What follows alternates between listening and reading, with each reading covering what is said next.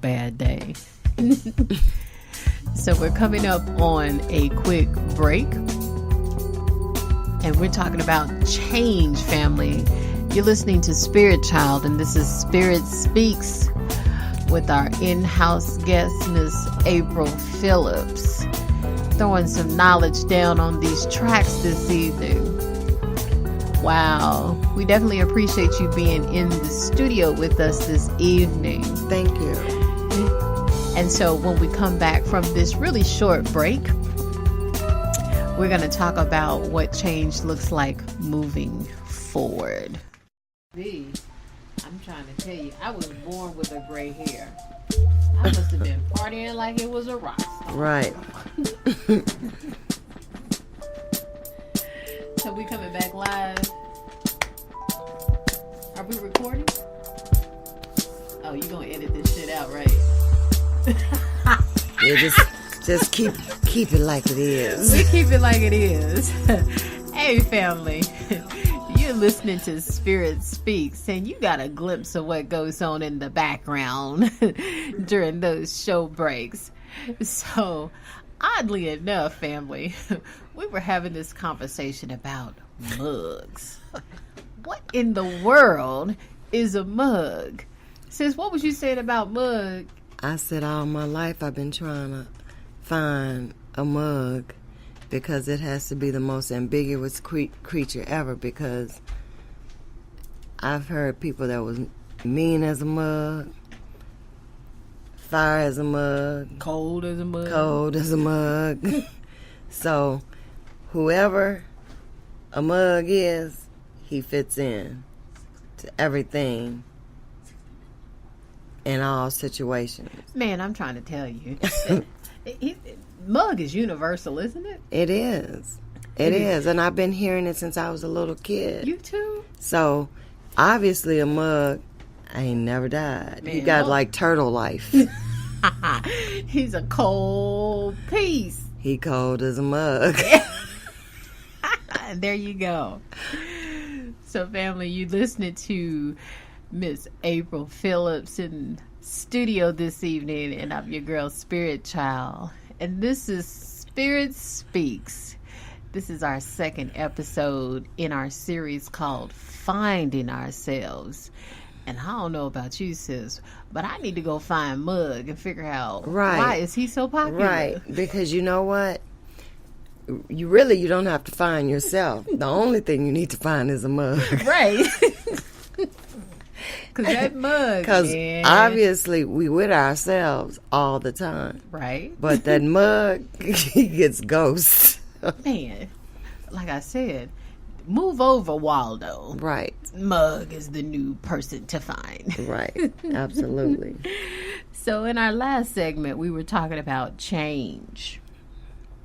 And I want you to tell the family, April, when will the change happen for you? Or if it has happened, what was the time frame in which you realized the need for change? Are you speaking of change outside of myself? I'm speaking about change in general. So let's start with outside of yourself, and then we'll go, because we kind of have an idea of what the change has kind of been like for you. But this is more on a global perspective, change. So just pick a place for you to start, and we'll go in right there. Well, everything inside of me tells me that there's a massive change occurring. And like with anything, change will not always, the road to change is not going to be an easy one, but it's a necessary one. Exactly. Because sometimes when you change quickly, you don't get the lesson in the change. So you might go back and repeat a situation for another change because that change came too quickly. Mm-hmm. And you don't appreciate it. And appreciate is the word. Right. For a necessary change to happen, what brought about the change has to be respected and appreciated. So in other words, in order to get what you need, you have to know what you don't need. And so that's where we are now. We're in the place of understanding what we don't want, what we don't need, and what we truly in the depth of ourselves don't desire.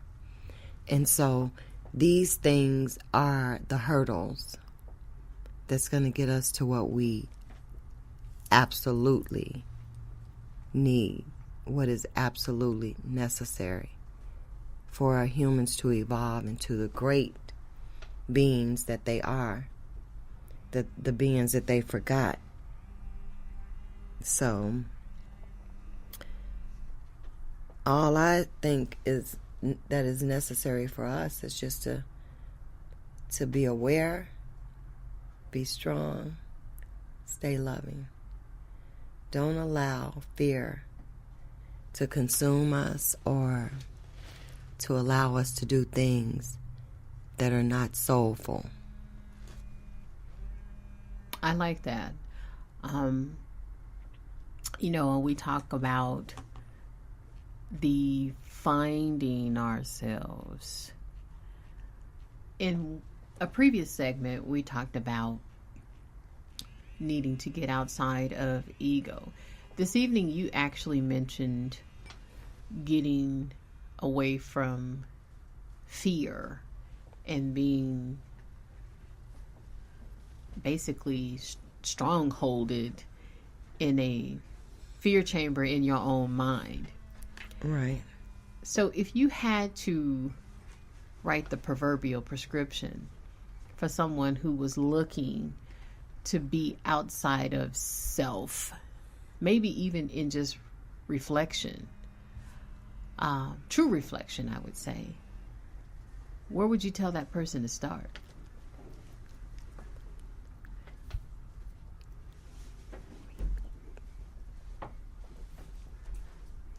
I know for myself, it was more like I had to realize that I was broken. And for me, that started the road to change. What was it like for you? Mine was kind of different because I didn't have any revelations about myself. My change chose me. I didn't choose it. Now, that's interesting that you say your change chose you. Mm-hmm. What was that like? It was unforgettable. It was so unforgettable. I haven't forgotten the date. But it was probably the most humbling yet peaceful experience I've ever had. It allowed me to know that I didn't have to die to be happy. It allowed me to understand that everything that I've been taught isn't true. It absolutely made me understand that truth is not absolute. That truth is all perception.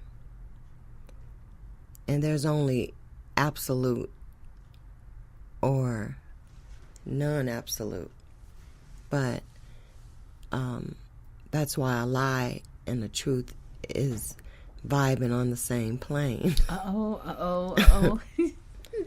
They say in every lie, it starts with some truth. Mm-hmm. So in order for them to exist together on the same plane, but in different polarities of that plane, they have to be part of one another.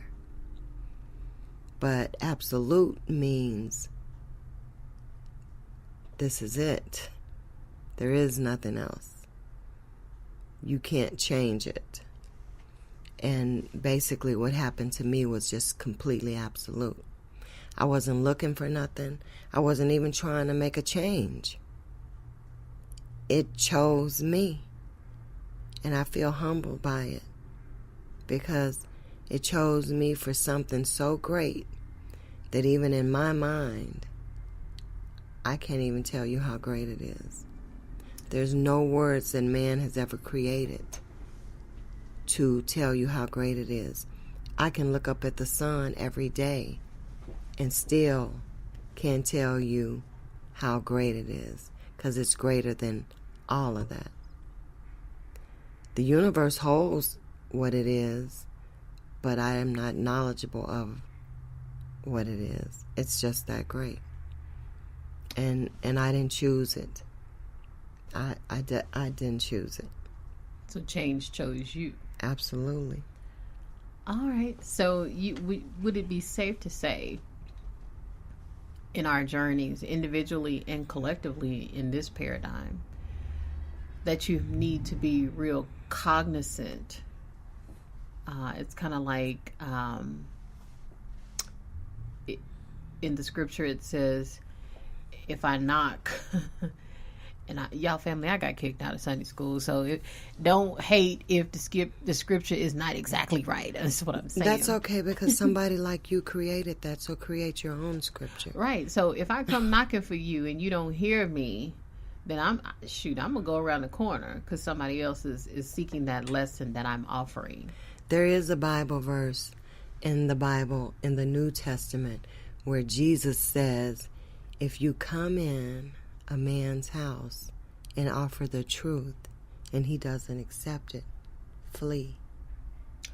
Now that is quite profound, because someone who doesn't want to hear it is definitely not going to act upon it. But they may kill you about it. Right. Do you know what I mean?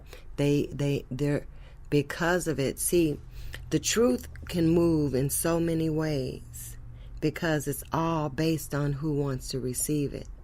But if someone is so adamant about not receiving it, it can anger them to a point where the source of the truth becomes an enemy. So, with me, I'm respected. I'm very respectful of everyone's view and everyone's opinion, and I try to deliver everything with love. And I understand that when you deliver something with love, and my idea of love, I know is different from other people. How so? Because people think they're loving all the time. I've heard many people say, I used to be in love with him, or I used to be in love with her. Love doesn't work like that. I've heard people say, oh, there's different types of love. There's only one. Love is the only thing that we know in this dimension to be absolute, other than creation itself. Sis, did you just drop some metaphysical knowledge for the family? Well, I dropped some truth. Definitely. Truth bomb. And you're right. There are a couple of things that are definitely finite. And I think that when we have a greater respect for truth and love, collectively as a human race, that we may be able to move forward. But before you experience something, you need to understand what it is you're experiencing. Because love isn't necessarily a feel-good thing. That's right. There's some hard lessons that come with love. But it's a peaceful thing. Because even when you're learning those lessons, you're still at peace with it. Or you should be. If it's real, you will be. Right. There's no ifs, ands, or buts about it. But see, we have been conditioned and traditioned to think that the truth is painful. The truth hurts. The truth doesn't hurt. The truth is all about love. Do you know what it takes to give somebody the absolute truth? Man, don't I know. So, I've never lied to anybody that I cared about.